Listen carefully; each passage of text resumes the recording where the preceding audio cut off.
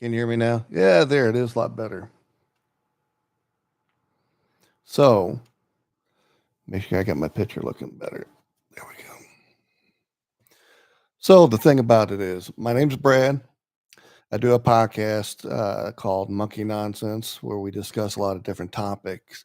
This is my first time on YouTube, so let's get a couple things going right now.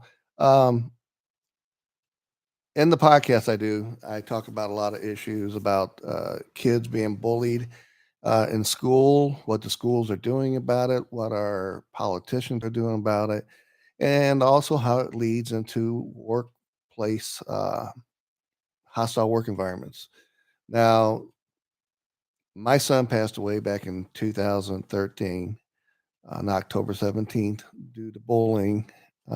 He took his life, committed suicide, along with two other kids in that same year at his school district, and all three of them shot themselves with a weapon. Um, One girl shot herself with a handgun. My son shot himself with his mother's fiance's shotgun, and then eighth grade little boy shot himself with his hunting rifle. Now, during that time, all three situations they ended up just shuffling up underneath the rug. I mean, I brought my son's suicide to attention. It was on national media. It was in the papers. And the thing about it is that um, within about a year and a half, I guess, or 2 years, by the time it got down to it, they just dropped it before he even went to court. I mean, it was supposed to go to federal court and it ended up getting dropped, all because they said that there was no documentation that he was ever bullied, and that the thing was that my attorney had filed as me being head of his house of his estate after I filed the lawsuit.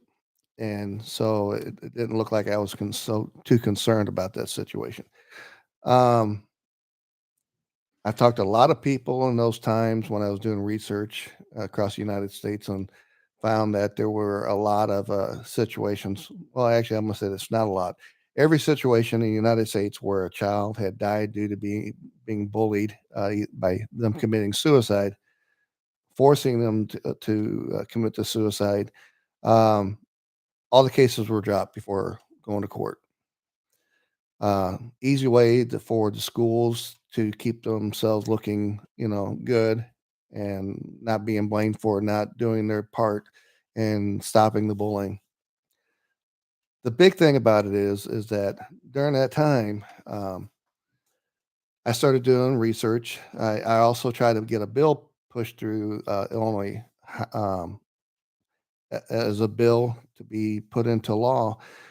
And the thing about it was when I brought it to attention to some of the politicians, they said it was they didn't like to force people to do things. It had teeth.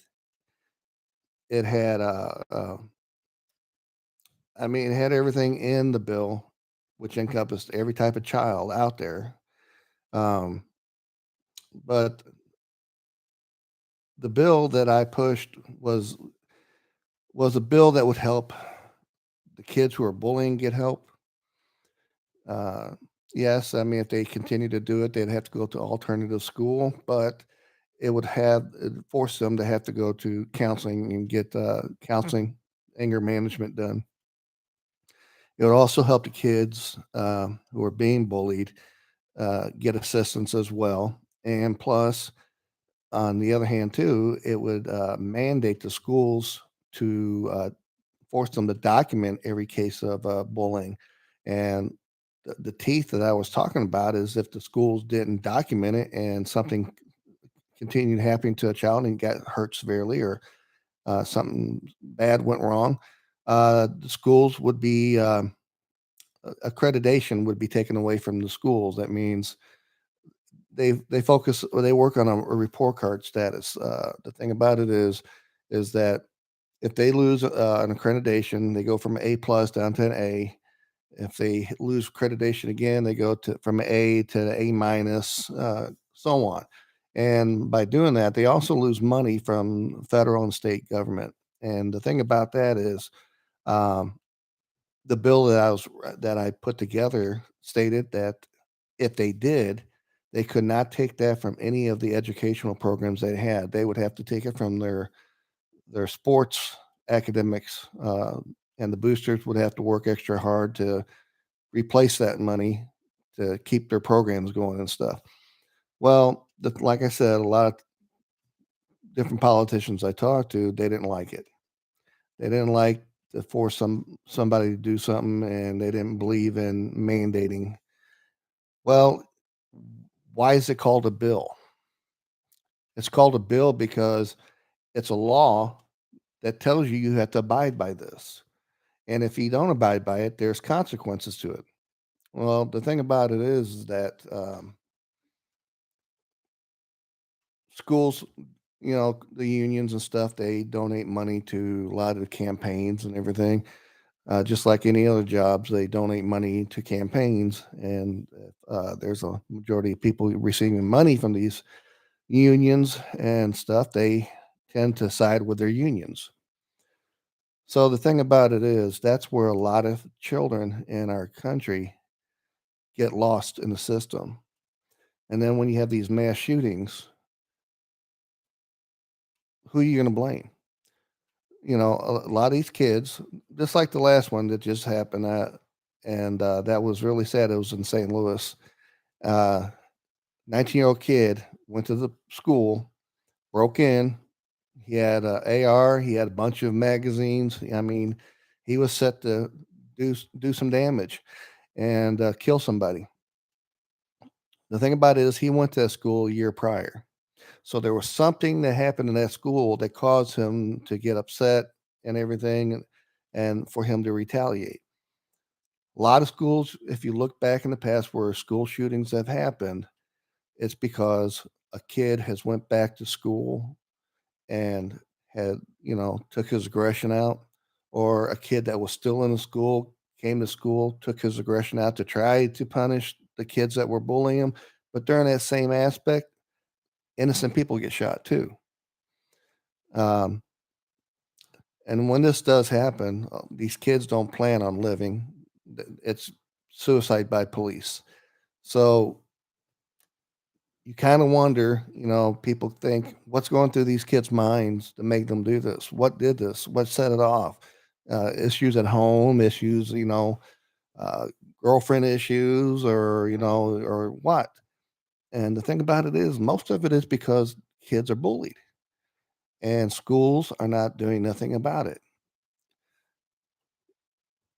My thing is, I believe that there should be better social programs in schools to help children communicate starting in kindergarten.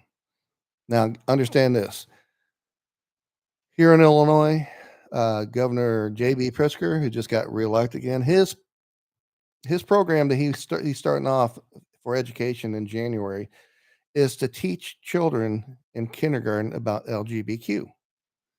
And then by second and third grade, he wants to teach those kids that there are uh, shots that you can take to make you, if you feel like if you're a boy and you feel like you're a girl, you can take these shots that can change the way you are.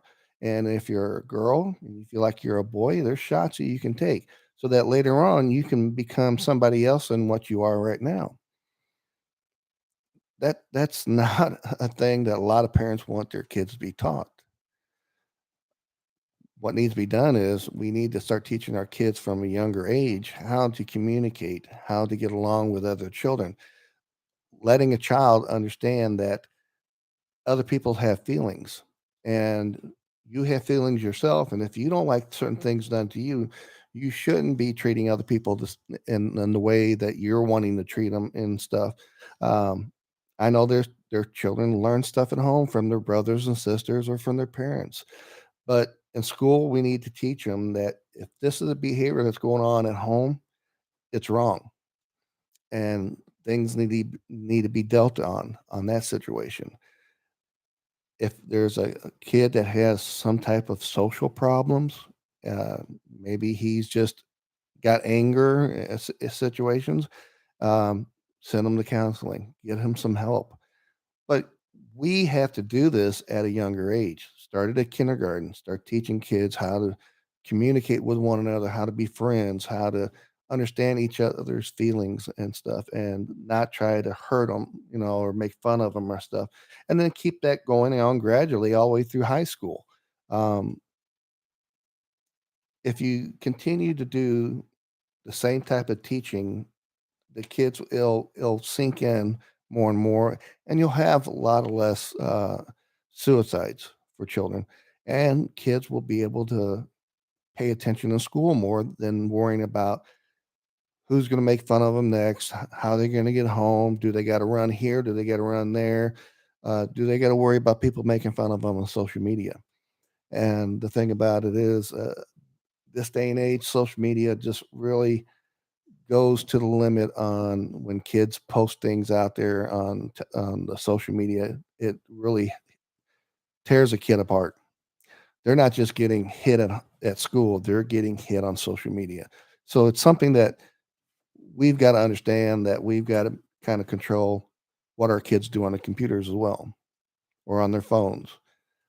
Keep track of things, so that you can view what they're doing sometimes. Now the big situation is this: what are we expected to? Well, what are we expecting for next year? And what I mean by that is, um, what are we expecting out of our politicians? I mean, Illinois, all they had to do is win Chicago, and they got revoted in. And I'm talking about Pritzker. I'm talking about the Secretary of State, the Treasurer. All the Democrats got revoted back in. In Illinois, all you got to do is win Chicago and St. Clair County, and you've won the race altogether. And a lot of people are really pissed at that, because that's just a small fraction of territory compared to the whole Illinois. And I know there's a lot of people who's like, separate us from them, separate us from Chicago.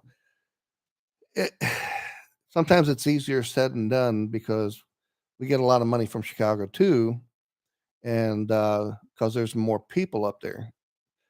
But the thing about it is these campaigns, understand this, the campaigns we have every year to elect somebody, look at how much money is spent in campaign ads and flyers, just really slamming the other person on the other side. It's like being bullied again. You're out there, you're trying to say, hey, this is what I want to do, and this person says, hey, this person worked for this other person, and he's really doing a bad thing, and he's working with so and so, or he's part of past Trump, mega Trump follower, or something like that. And then other people are like, oh yeah, but what has this person did? Look at this. He took money from this person. He took money from that person. You know what? All that money spent slandering each other, it could be helping a lot of people that are out there homeless, people without jobs. And right now, yeah, there's plenty of jobs right now, so there is no excuse for people not having jobs, but there is a lot of money that's being spent foolishly that can help people in better ways. Single mothers who are working a job to try to take care of them and their children, and they're struggling. So there could be better housing programs. There could be better health programs. All that money that is being blowed to sit there and slander each other, not just in the states, but in the federal government elections. I mean, it's just, I guarantee you, it runs into the billions of dollars, and it's crazy. The other thing is too, in this past 2 or 3 years, the money that they were supposed to be given, well, they borrowed $3 trillion during the pandemic, and said that they were going to use that to help the people and stuff. All right, if you, what the United States maybe has probably 1 point some billion people or 2 billion people or something like that. I'll say 1 point some billion. But if you took the $3 trillion that they borrowed and gave each person who was head of a household the money, not the $1,400 or not the $1,600, whatever they gave us. They gave us two separate payments of $1,400 per person, okay, in the household, and then plus some money for the children. But if you would have given each person maybe like a couple $100,000, it would not have come near the $3 trillion. I'm surprised you'd probably be able to spend 1.4 billion if you gave enough money to the heads of households to pay off your mortgage or your children's college, schooling or your credit card bills. But they gave everybody $1,400, $1,600 a piece. Okay. That didn't even add up to, was it maybe 100 billion? All right. So where did all that money go to? They gave money to other countries. They manipulated money to probably CEOs or contractors and pocketed a lot of the money themselves. Do you think a lot of these people that you see in office are squeaky clean? No, they're not. Most of the time, people go into office, very few go into office trying to help people out.